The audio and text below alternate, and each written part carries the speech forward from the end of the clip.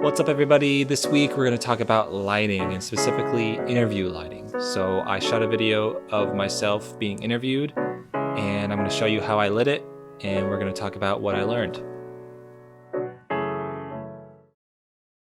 My name is Daniel Gourdin. I am a videographer based out of Connecticut.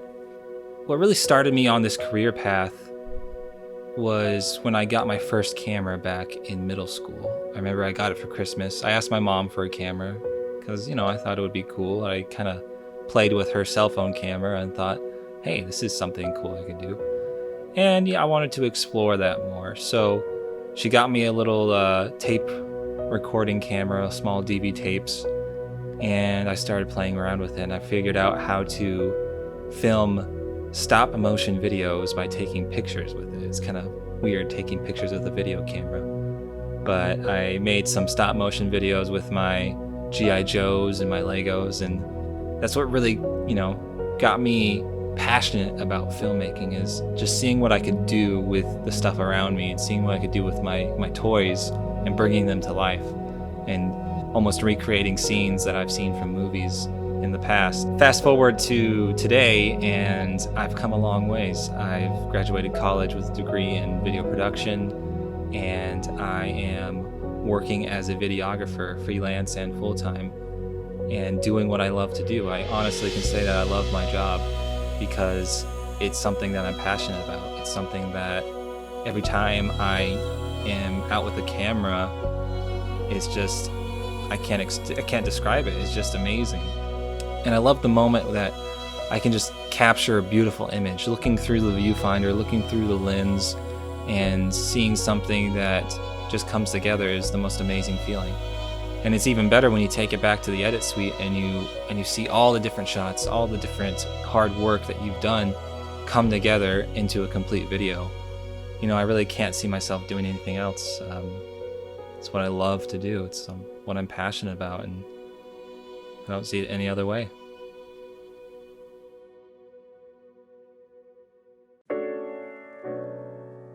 So this is something that I feel like I've done a lot, just talking head interviews where you have to light it. So it's something that you're going to find that you do a lot in film and in video, especially in this market, is that you're going to be doing a lot of interviews. So you really have to nail interview lighting and understand, okay, this is what I need to do to get a really good interview shot. So one of the main things is finding the shot in the first place. So the first thing I do when I'm setting up an interview is trying to find an interesting shot. It doesn't have to be too crazy, but there's just a few things you gotta look out for. So you need some space. One of the biggest things is that you need distance between the subject and whatever's in the background, so you can throw the background out of focus. If you have the subject really close to a wall, it's going to look really bad. It's going to look very unprofessional, and you're going to have the light bouncing off the wall. The shadows are going to be everywhere.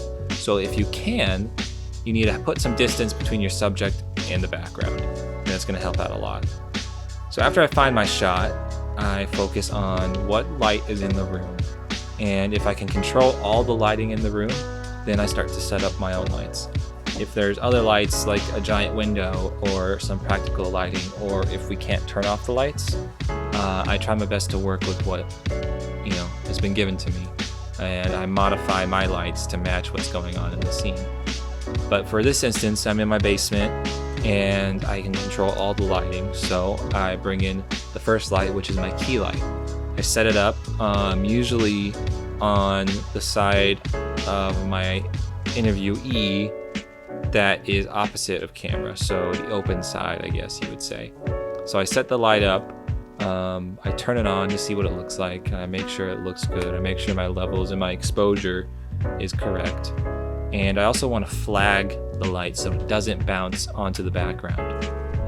With this light in particular, it's just a socket light, so I just put in a bulb, and I actually use some gaff tape on the light itself to kind of give it a little bit of a snoot to block a little bit of the light from leaking to the background.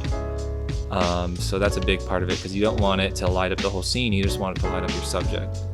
One of the number one things in interviews and in pretty much all lighting is you want your subject to be the brightest part of the scene, because technically people look at the brightest part of the scene first.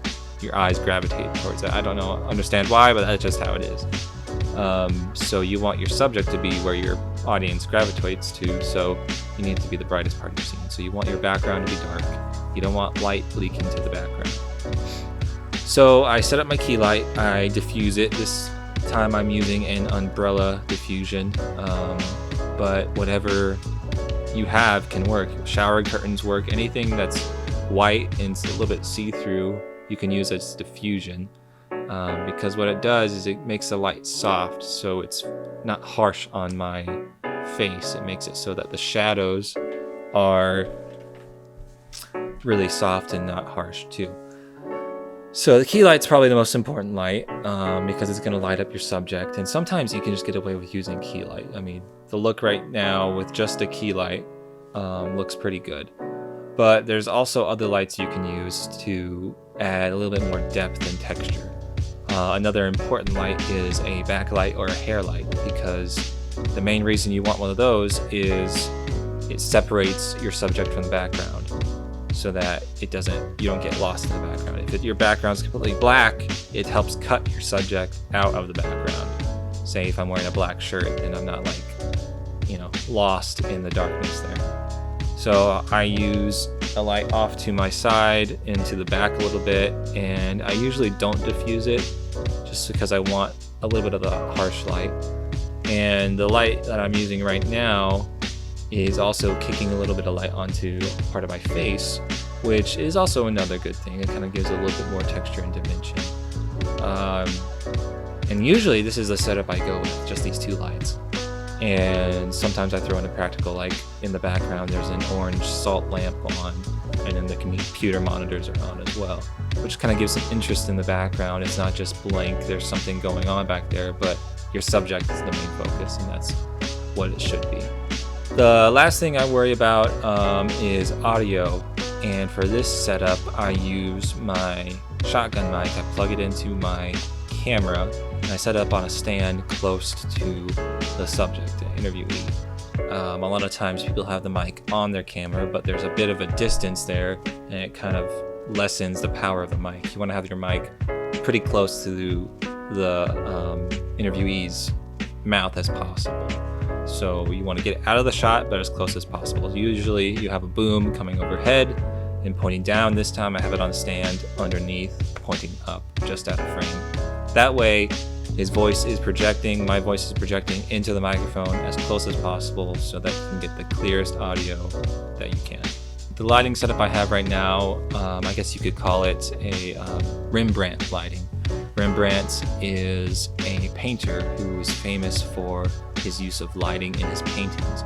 And one of his distinct features was having some contrast, and usually on the left side of people's faces, they have a little triangle right under their eye of light, and then everything else is dark. And that's kind of how you can signal, you can look and see, okay, that's a Rembrandt painting, that's Rembrandt lighting, is by finding that triangle underneath the eye. And I really tend to like this type of lighting. It's a little bit more dramatic. You don't always have to use it, but for interviews I think it works really well because it lights the subject very well, but it also gives contrast, and I think that's very important in lighting, is that you want contrast. I heard from someone that lighting isn't about making sure the subject's lit, it's about creating shadows and creating contrast.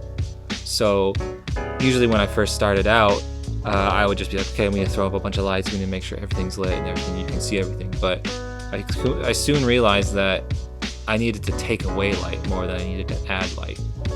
And that's when I started to get more interesting shots and more dramatic and artistic shots, was taking away light and even flagging light, lessening light, and making sure that there's shadows in the shot. So that's the style of lighting I like to do, is create shadows, create depth, create contrast, and I feel like that provides a more interesting image. So those are just a few things that I learned about lighting. I know there's a lot more we could get into, but for this video, that's how I set up my lights. That's kind of my lighting theory, and that's what I try to make when I'm out shooting. So if you like this video, make sure to like it, comment on it, tell me what you think about lighting, what your lighting is like, what type of styles you like. And don't forget to subscribe if you like this content, because I post videos like this every week on Wednesday. I will see you guys next week.